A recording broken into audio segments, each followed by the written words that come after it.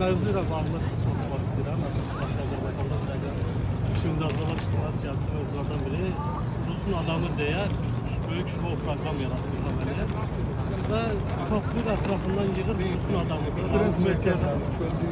Ramiz Mehdiyevə işləyir. Böyük bir şou yaradıb, özü ayaqda qalması üçün bir imic yaradır. Mən demək istəyirəm ki, bu şouya artıq cəmaət qarşı toplu heç kim inanmır.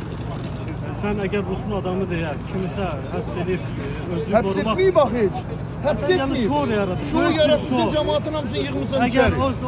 o şounu yaratmaq istəsən, birinci başda Milli Məclisdən Siyavuş Novruzov deməli, xanım sədr var. Ondan yapmış Primakova böyük tədbir keçirdi, var gün tədbir. Nəcibullahdan medal alan Siyavuş. Komünist Nəcibullahdan. Milli Məclisə spiker, Rusa ad günü keçirdir, Primakova ad günü keçirdir, Rusun adamı olmur.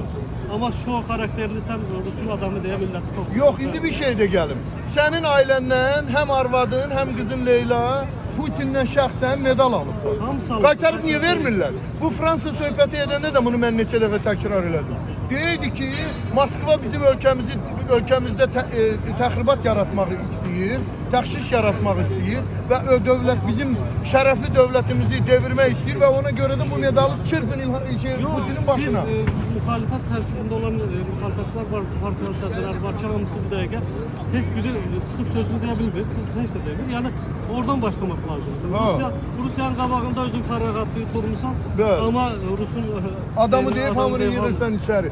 Amanın hamısı yəni bunun yaratdığı şoudur və bunun hamısı onu göstərir ki, bunun yaratdığı bütün insanlara bəzi müxalifət yaradıb, onlar ayaqda qalmalıdır. Bu onun müxalifət kimi bu xalqa sırmalıdır və sürüyür də, bacarır da.